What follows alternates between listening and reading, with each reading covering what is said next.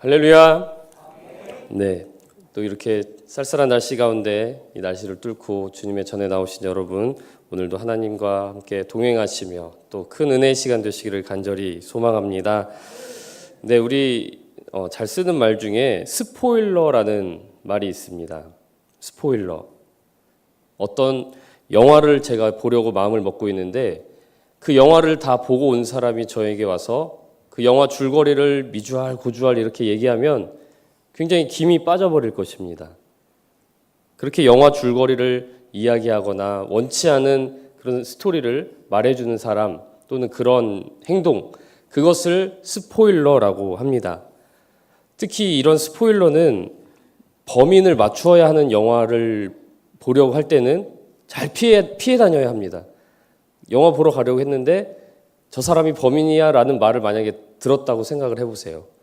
그럼 영화 보는 내내 아닐 거야 하다가 결국 맞았을 때 그 얘기를 한 사람, 저 사람은 왜 나한테 이걸 얘기해줘가지고 영화 보는 내내 신경만 쓰이고 영화에 집중을 못했네, 이렇게 이야기를 할 것입니다. 우리는 이렇게 스포일러를 당하지 않고 영화를 봐야만 영화를 제대로 감상할 수 있다라는 것이죠. 하지만 우리들의 인생이 영화라고 할 때 우리는 이 우리의 인생이라는 영화의 그 줄거리, 그 앞에 그 몇 년 뒤의 이야기, 그 결말 굉장히 궁금해합니다. 세상 사람들은 너무나 그것이 궁금한 나머지 점을 치기도 하고 사주니 팔자니 토정 비결이니 이런 것들을 통해서 스포일러를 당하려고 하는 거죠. 스포일러를 당하고 싶어 합니다. 자기 인생에 대해서는. 특히 또 아직 결혼을 만약에 안 한 그런 청년들이라고 하면 얼마나 자기의 짝이 궁금하겠습니까? 하나님, 지금 만나고 있는 이 자매가 나의 짝이 맞습니까? 맞다면 사인을 좀 보내주시고 아니면 헤어지게 하옵소서. 이렇게 기도를 했는데 꿈에서 하나님이 딱 나타나셔서 뭐 많은 말씀도 필요 없어요. 그냥 이렇게만 한번 해주시면 얼마나 좋겠나. 연애할 때 그런 생각들을 해보셨을 수도 있을 것 같습니다. 또 여러분들 중에 가족의 구원을 가지고 기도하시는 분들 계실 것입니다. 남편이 또 아내가 오랫동안 믿지 않고 혼자만 교회를 다녀야 되는데 그 온 가족이 교회를 다녔으면 좋겠다라는 소망을 가지고 새벽 예배를 막 10년, 20년 개근하시는 분들 계십니다. 그런 분들에게 하나님께서 찾아오셔서 딱 귓속말로 이제 3년만 더 다니면 된다, 이렇게 말씀하시면 얼마나 용기와 힘 가운데서 그 남은 시간들을 보낼 수 있겠습니까? 우리 인생의 처음과 마지막을 다 알고 계신 주님께서 그 인생이라는 영화의 줄거리를 조금만 미리 알려주신다면 우리가 얼마나 더 믿음 가운데 집중하고 걸어갈 수 있을까 하는 그런 생각을 한번 해보게 되었습니다. 오늘 말씀을 읽을 때 제가 한번 야곱의 입장에 되어서 읽어보았습니다. 철저하게 야곱의 시각으로 성경을 한번 읽어보게 되었는데 창세기 37장에서 야곱은 요셉이 죽었다는 그런 소식을 듣게 되죠. 그 요셉의 형들이 요셉의 채색 옷을 가지고 왔습니다. 근데 그 채색 옷은 피가 묻어 있고 막 찢겨져 있는 겁니다. 아버지, 이 옷을 보소서, 이게 요셉의 것이 아닙니까? 짐승에 찢겨 죽었나 봅니다. 야곱이 이 소식을 듣고 어떻게 되겠습니까?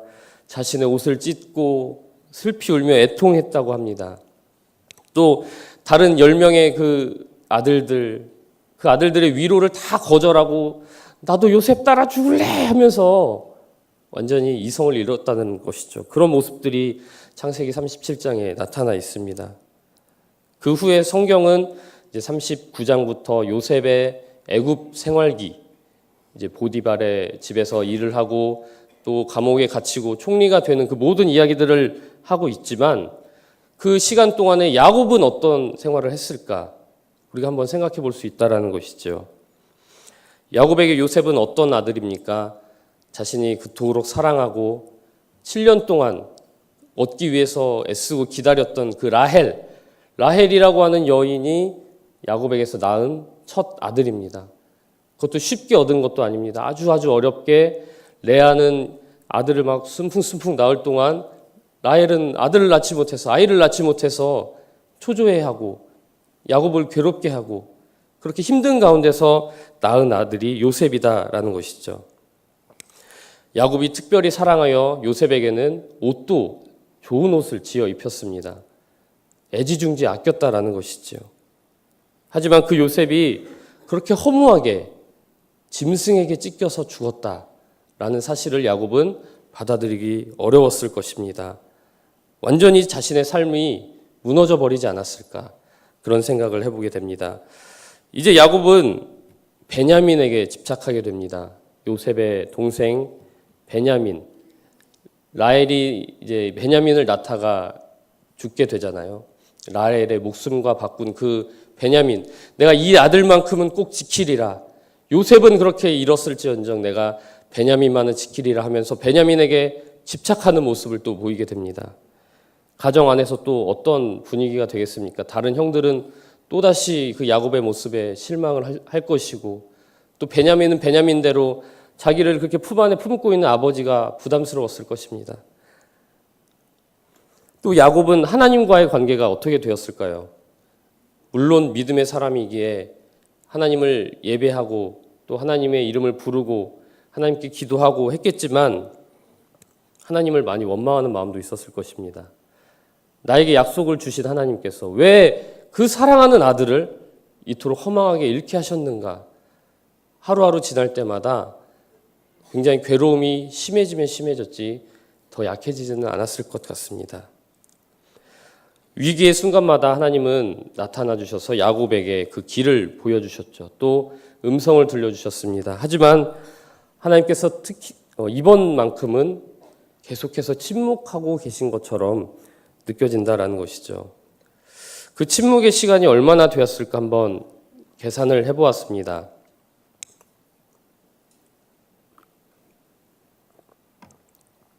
성경에 보면 요셉이 17 됐을 때 애굽으로 팔려갔다라고 되어 있죠.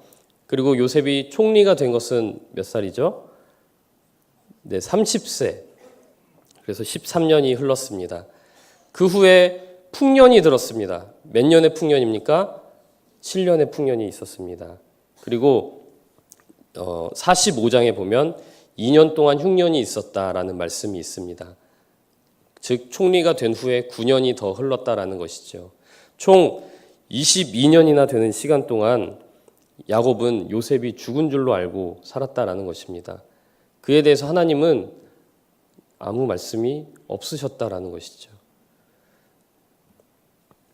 하나님께서 만약에 야곱에게 딱 한마디만 요셉이 살아있느니라 이 말씀만 딱 해주셨다면 야곱이 그렇게 힘들지 않았을 텐데, 길게 알려주실 필요도 없이 딱 그 한마디만 해주셨으면 됐을 텐데 하나님은 또 너무나 서운하게도 요셉에 대한 말씀은 아무것도 하지 않으셨다라는 것이죠. 이제 오늘 46장에서 야곱은 요셉이 살아있다라는 사실을 전해 듣고 또 모든 소유를 이끌고 브엘세바라는 곳으로 향하게 됩니다. 애굽으로 내려가기 위한 이제 마지막 길목입니다. 가나안에서 애굽으로 가기 전 마지막 길목 브엘세바에서 하나님께 예배하고 또 그곳에서 잠이 들었을 때 하나님께서 비로소 나타나셔서 야곱에게 말씀을 해주신다라는 것이죠. 이제 애굽으로 내려가기를 두려워하지 말아라. 내가 너와 함께 애굽으로 내려가겠고 또 반드시 너를 인도하여 다시 올라올 것이며 요셉의 그 손으로 너의 눈을 감겨줄 것이다. 이 말씀을 해주신다라는 거죠. 그런데 이 말씀이 마냥 기쁘게만 받아들여졌겠느냐라는 것이죠. 왜 그동안 22년 동안 한마디도 없으시다가 이제서야, 저는 좀 속이 좁아서 그런지 그런 생각을 하지 않았을까 하는 마음이 들었습니다. 왜 22년 동안 저를 그렇게 감쪽같이 속이시고 아무 말씀이 없으셨느냐 따질 수도 있었을 것 같습니다. 과연 여러분들이라면 어떠셨겠습니까?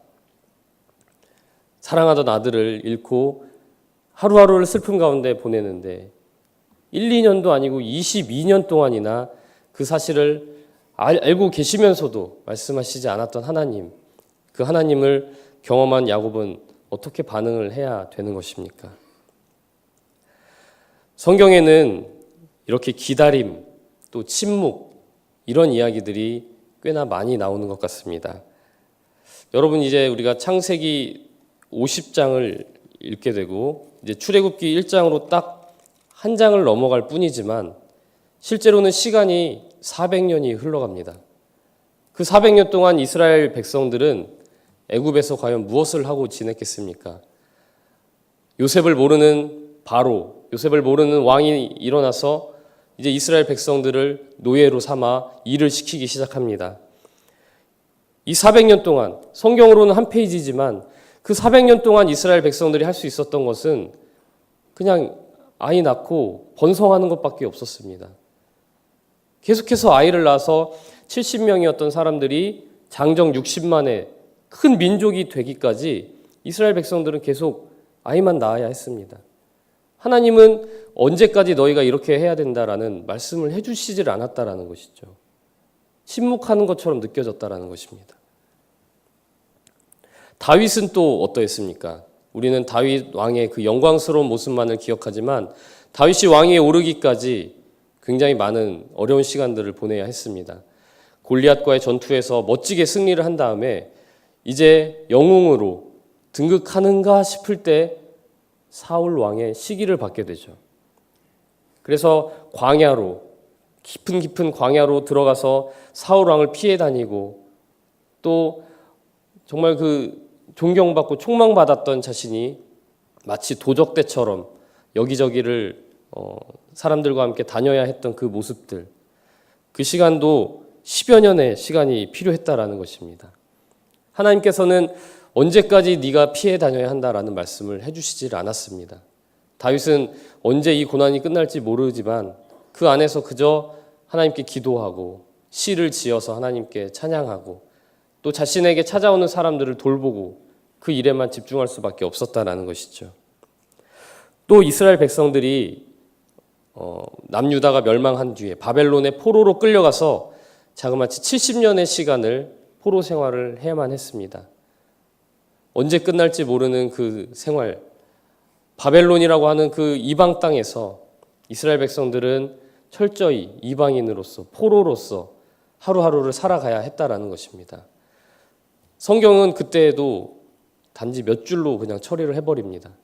하지만 그 70년 동안 살아가고 있었던 사람들은 하루하루를 나라 잃은 그 슬픔 가운데서 보내야만 했고 또 언제 하나님이 우리를 다시 예루살렘으로 돌려보내 주실 것인가 기약 없는 기다림을 해야만 했다라는 것입니다. 우리 민족과 우리 한국교회도 비슷한 경험을 또 가지고 있죠. 우리가 그 일제 강점기라는 시기 가운데서 과연 이 나라를 언제 회복하실 것인가 계속 기도하며 기다렸지만 일제는 점점 더 강해지고 또 교회에 대한 핍박은 더욱더 심해지고 과연 언제까지입니까? 언제까지 이 나라를 이렇게 두고 보시겠습니까? 우리 계단을 올라오다 보면 그 안중근 의사의 기도문이 있지 않습니까? 하나님, 저는 당신을 한 번도 잊은 적이 없습니다. 그러니 당신도 우리 조국을 잊지 마십시오. 하지만 이 안중근 의사가 죽은 것이 1909년입니다. 이후 거의 35년 정도, 36년 정도가 흘러야만 그 기도가 이루어졌다라는 것입니다. 그동안 그 침묵 가운데 계신 하나님을 경험해야 했던 우리 민족, 우리 백성들, 또 우리 성도들은 얼마나 힘든 시간들을 보내야만 했느냐라는 것이죠. 하지만 이 모든 것을 통해 볼 때 하나님은 우리에게 이 사실을 말씀해 주고 계시는 것 같습니다. 그리스도인이란 기다리는 사람들이다라는 것입니다. 기다리되 그냥 맥없이 기다리는 것이 아니라 온 몸과 영혼의 감각을 깨워서 우리와 함께하고 계시는 하나님을 느끼려고 애쓰며 그 하루하루를 기다리는 사람들이다라는 것입니다. 하나님이 침묵하고 계신 것처럼 보일지라도 우리를 위해 쉬지 않고 일하고 계신 분임을 우리가 믿어야 한다라는 것입니다. 야곱 그리고 요셉 이들의 삶을 통해 보았을 때 어떠했습니까? 야곱에게는 22년 동안 침묵하신 것처럼 보였지만 하나님은 그동안에 요셉을 통해서 쉬지 않고 그 구원의 사역을 이루고 계셨다라는 것입니다. 요셉을 총리로 세우시고 또 풍년과 흉년을 예측하게 하셔서 그를 통해서 애굽을 구원하게 하시고 야곱의 그 가족들을 구원하게 하시고 그 인류를 구원하게 하시는 일들을 하나님은 쉬지 않고 하고 계셨다라는 것입니다. 야곱은 그 소식을 전해 듣고서 비로소 알게 되었습니다. 하나님께서는 22년 동안 자신을 속이시거나 자기에게 침묵하고 계셨던 것이 아니라 자신을 잊지 않으시고 자신이 사랑하는 그 아들 요셉을 형통하게 하셨으며 또 그로 하여금 모든 인류를 구원하시고자 하는 그 계획을 이루어가고 계셨다라는 사실을 야곱은 비로소 알게 되었습니다.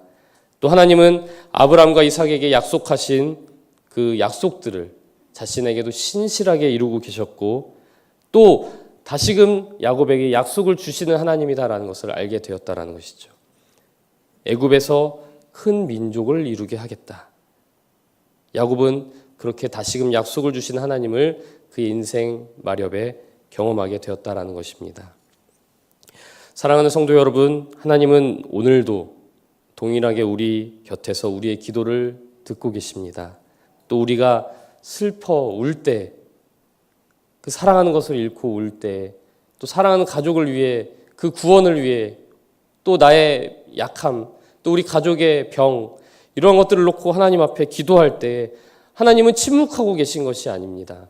그 곁에서 함께 울고 또 함께 우리의 기도를 들으시며 우리를 붙들고 계신 분이 바로 하나님이십니다. 우리의 눈에는 아무런 증거가 아니 보일 때가 있습니다. 하지만 우리가 찬양으로 고백한 것처럼 우리는 믿음만을 가지고서 늘 걸어야 한다라는 것이죠. 또 그 마음에 의심 없이 살아갈 때에 우리 소원을 주 안에서 이룰 수 있으리라 믿습니다. 우리의 눈이 어둡고 귀가 어두운 것뿐입니다. 또 우리 믿음이 부족한 것뿐입니다. 하나님은 침묵하고 계신 거 아니냐? 하나님이 어디 계시냐? 이런 말을 하는 것이 아니라 하나님 나의 눈을 열어주시고 나의 귀를 열어주시고 또 나에게 믿음을 더하여 주셔서 내 곁에서 나를 바라보시고 또 내가 울 때 함께 울고 계시며 기뻐할 때 함께 기뻐하시는 그 하나님을 느끼기 위해 이 아침에도 우리가 애쓰며 부르짖어야 한다라는 것입니다. 나의 모든 미래와 앞날을 아시고 예비하신 하나님께 우리의 문제를 올려드리시기를 원합니다. 우리가 나 자신을 바라보고 나의 문제를 바라볼 때는 아무런 희망도 소망도 없습니다. 하지만 이것은 나의 일이 아닙니다. 하나님의 일입니다.